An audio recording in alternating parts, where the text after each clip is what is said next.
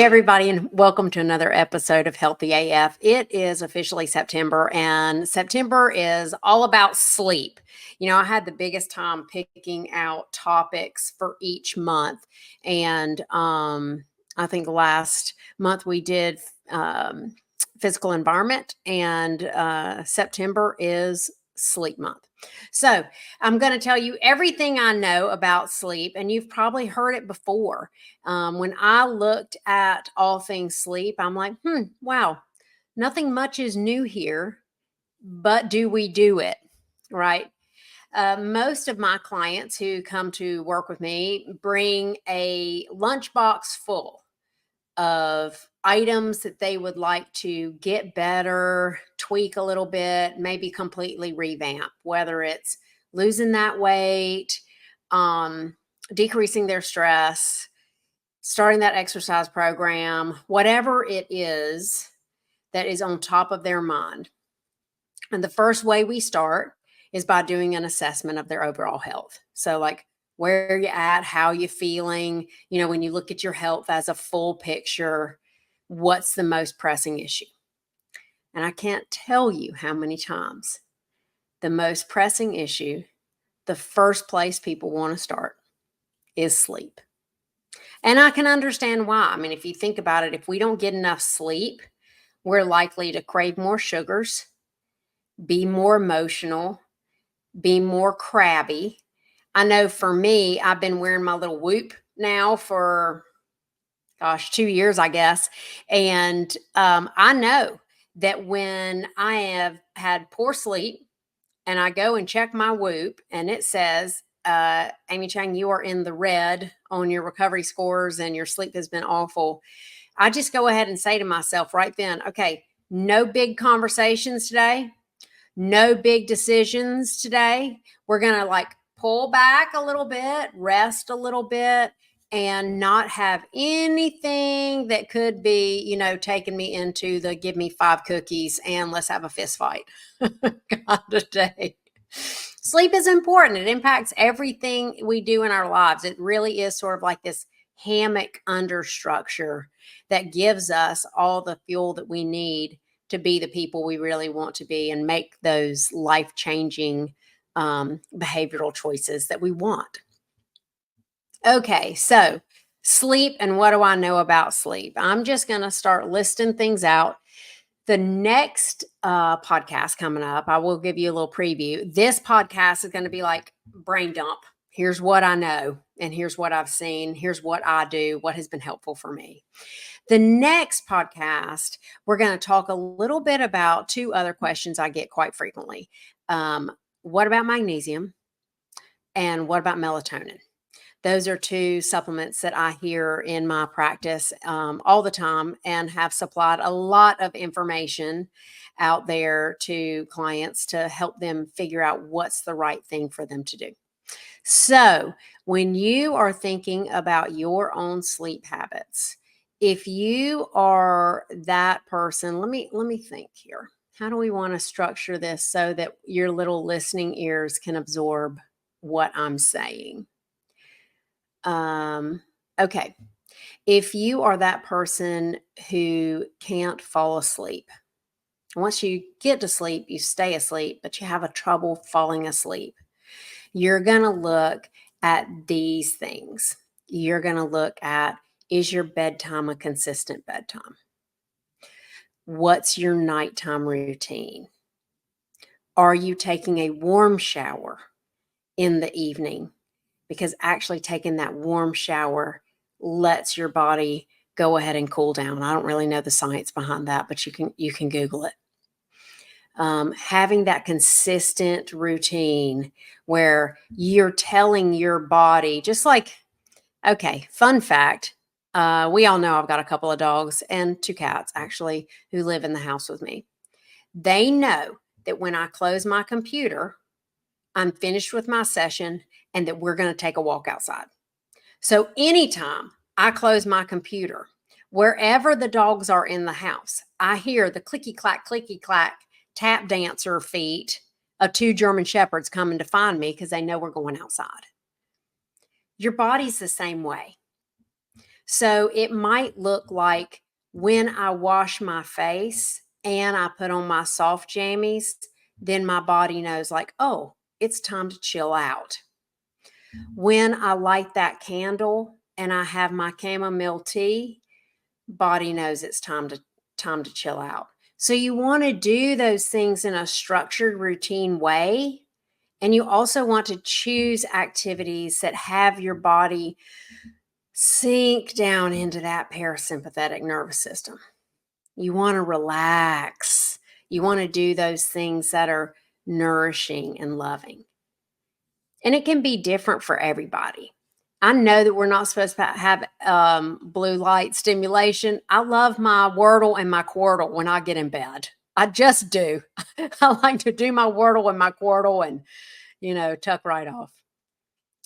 Another thing that I find pertinent is don't be having those conversations that are tough conversations before you go to sleep. It's probably not real good for the conversation because you're tired and may or may not be cranky.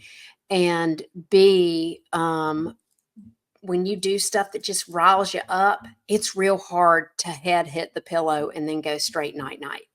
So you want to do those things that help you calm down.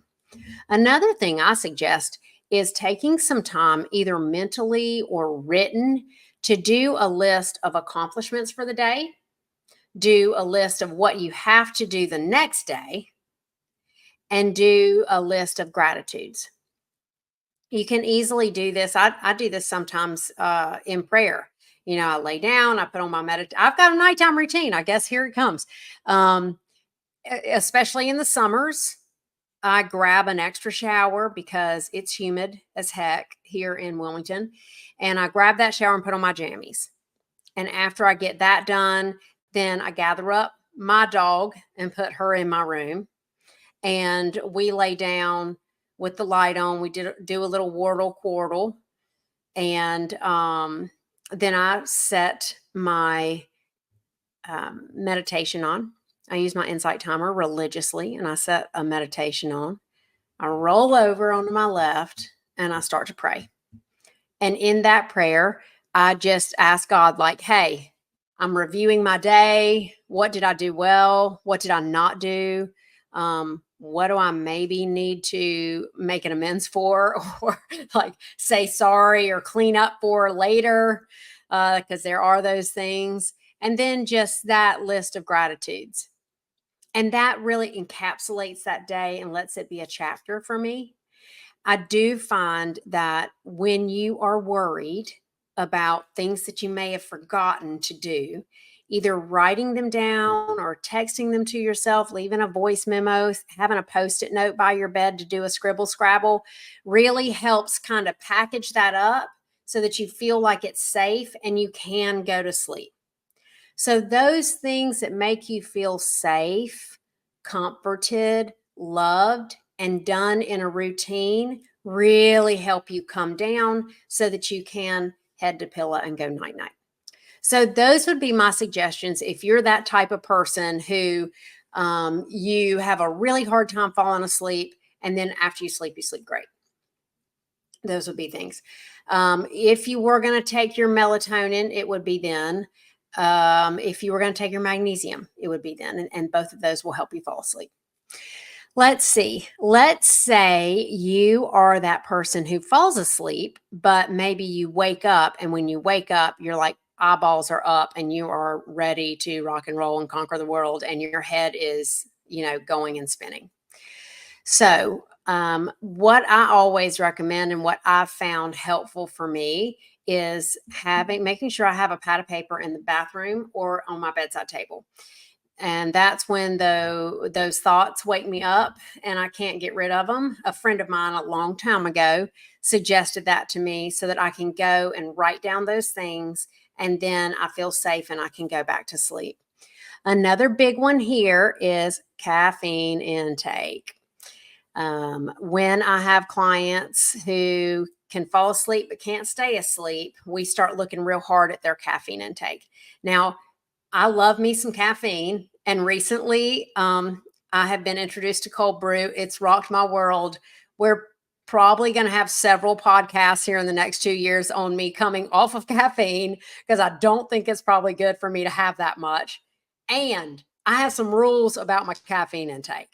Okay. I noticed a long time ago that if I have caffeine after about 1 o'clock, then I'm not going to sleep well that night. And for me, it's not just the coffees. It's also if you drink soft drinks, I guess it would be in salt drinks. I don't really drink those, but the tea, the unsweet tea that I might pick up, as I'm driving across the state to see family, that one will get me every time if I forget. And I'm like, yeah, I'll just have an unsweet tea. No, I have something that actually I brought a prop today, and this is my new fave, and it's a shaka tea. I'm not a huge seltzer fan. I don't like the little bubble carbonation things. But sometimes in the afternoon, when I get a little bit of a lull, I want a little pick me up. And I love my shaka teas because they are naturally caffeine free herbal teas. They're sweetened with monk fruits, so they've got like zero. The the back of the can is like 000, and the ingredients are not anything that set my hair on fire that I don't want to have. So in the afternoons, I can crack one of these suckers open, and they're just so tasty, and it makes me feel like I'm having a treat. Mm. And since it's not carbonated, I can drink it while I'm podcasting and I won't belch. So that's always a plus. So if you can fall asleep but don't stay asleep, I'd say it's either stress and worry, you need to deal with that, or it's caffeine intake. And you can deal with that. You can decrease your caffeine intake slowly. You can say, okay, not after a certain time. Now, my mama can have a cup of coffee, at 9 p.m. and still sleep like a log. I don't know how she does that. Most people can't do that. So you need to look at that caffeine intake. When we talk about stress load, and when you wake up at night and you get that everything's just going and going and going, and you're really awake, we talked about the paper and writing things down. Again, I use my breathing exercises, and I also use my insight timer. Having a something to listen to, particularly words. Sometimes I use like a sound bath meditation, but having the words to listen to help block out the words that are in there kind of knocking around. And then there's some other stuff too. And I don't often talk about these things because these are things that may or may not be affecting you at all. It's not, general population. But if you've ever dealt with a thyroid issue, then your body can go low and your body can go high. And sometimes we can't explain why your body's going low or high on your thyroid status. But if you do know that you have a thyroid condition and you are not sleeping well and you are wide awake and ready to go at inappropriate times, probably need to go ahead and pull that thyroid level and just make sure you're not running high. And that will also attribute to those anxious feelings sometimes when you're asleep. So I would check on that if you have a thyroid problem. Okay, so we've done can fall asleep, can't stay asleep, and we've done can't stay asleep. Now let's tackle I'm just not wired to go to sleep early, wake up early. This one pops up all the time. And as a morning person, I have less personal experience with this. So it's harder for me to tell you what to do because this is not a problem for me. But I've had lots of clients struggle with this, and they've come up with some really interesting tips and actions to take that sort of keep them honest. What they typically look like is I'm a little tired on Monday, but by Tuesday I get in bed okay. And then Wednesday comes and it's still all right. But then maybe I catch a second wind Wednesday night, do work. I'm up until 2. Then on Thursday, I'm dragging. I might catch a nap during the day. Then, of course, since I've had a nap, I have a later dinner.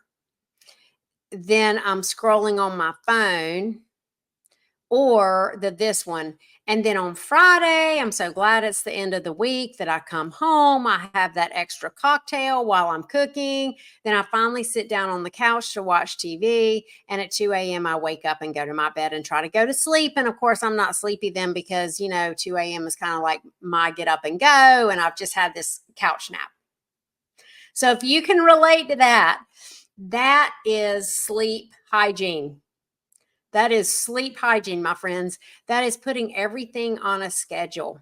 Okay. And there are contributing factors to like how hard keeping that schedule is. It's really hard to go to bed at a consistent time. If you come home, have the 2 cocktails, sit down on the couch. Like once you do that, all bets are off. You're going to wake up at 2 a.m. with the crick in your neck and your spouse or partner in the bed, taking up all the covers with nowhere for you to go. So for that, when you're really working on this consistent bedtime and consistent wake time, even on the weekends, even on the holidays, even on but it's the last day in the week and it's been a hard week, even then, right? Even then, you want to look at those habits that influence your choice to keep your sleep consistency. So getting in your bed at 10 might be affected by your cocktail use. It might be affected by your social media use.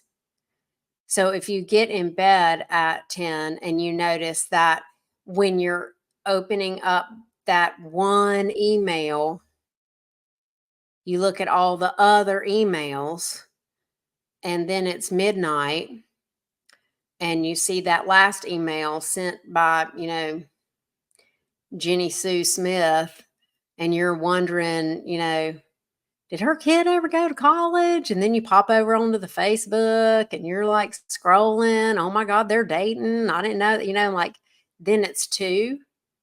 You see how those little behaviors, those little choices sort of led you down there. And when you scroll that back, you get to see, oh, I opened up my phone and checked that email at 10. And that was like laying out a welcome mat to walk through a doorway into second wind work time. Okay, don't do that. Right. So if you're one of those people who well, I guess I stayed up too late again and now I got to go to work and I'm tired and cranky and I'm really hoping I catch a nap kind of people, sleep hygiene is so super important to you. Now, if you're way off, if you know that you need to go to sleep by 11 and get up at, let's just say 7, because I hope you're getting 8 hours of sleep. And currently you're at 2 a.m. and 8, you want to go back incrementally. Okay. You don't have to just tackle that all at one time because probably you're going to be laying in your bed at 10:30 going like, but I'm not tired. I don't know what to do. Oh my God. Well, now what am I going to do? I've got that meeting at 7:30. I'm going to be spent. Oh my God. I hadn't fallen asleep yet. And then the anxiety about not being asleep at the appropriate time that you said you were going to be asleep cranks up and it's just a show. Here's a helpful hint for that. When I get cranked up with anxiety because I really feel like I need to be asleep, and that does happen to me frequently, I say to myself, Amy, you can just rest. You don't have to sleep. You can just rest. And actually, that gives me permission to, stop beating myself up and wondering why I'm trying to figure out why I'm not asleep. And I can rest and typically fall asleep. So let's see, what else about sleep hygiene? Things that are, I think, handy for people who are trying to shift their schedule. No naps. I'm going to say it again for the people in the back. No naps. If you have to nap, set a timer, 20 to 40 minutes, have it happen in the beginning of the day. Nothing past maybe 1:30 or 2 o'clock latest. Okay. And make sure that you're in a zone where when you wake up from that nap, like you are ready to throat punch someone, you are by yourself and you can not ruin your relationships because you had to just wake yourself up for a 20 to 40 minute nap. Okay. So no naps. When you wake up, go get your eyeballs outside. And I mean naked eyeballs, not looking through the window. You need natural sunlight, natural daylight. So walk outside. If you have to do it through a window, do it through a window. I mean, some of us live in cities and we can't just like walk out. But if you can get outside as soon as you're up, go get outside. And this has to do with different rays of light, different frequencies of light hitting our eyeballs and our brains, and the chemicals that we start producing when we get that daylight. Okay. Let's see. Shifting your schedule. I said shift slowly, be consistent, no naps, use your natural light. There is a study on being outside and time outside. In fact, there's a handful. Nothing's conclusive. So I can't tell you being outside helps you sleep. I can tell you being outside helps me sleep and it keeps me, there are conclusive studies on mental health, but not conclusive studies on the ability to fall asleep, have efficient sleep, or stay asleep. But I would say try it. Try getting some of that outside time. Exercise, a daily exercise will increase your sleep. Let's see. I think those are about all the jewels I have for each type of person. We have the person who goes to sleep late, the person who falls asleep easily but wakes up during the night, and the person who can't fall asleep. I hope that's helpful for you. Remember, I'm not sponsored by Shaka, but I do love me some Shaka tea. It gives me such a nice little gift to myself in the afternoons, and it doesn't blow my sleep. If you enjoyed this podcast or benefited from it in some way, please subscribe, like, and share. We will see you next time. Give yourself some grace. If you're laying there in bed wondering why you can't sleep, or if you slipped up and had that nap, it's going to be okay. Give yourself some grace. I'll see you next time on Healthy AF.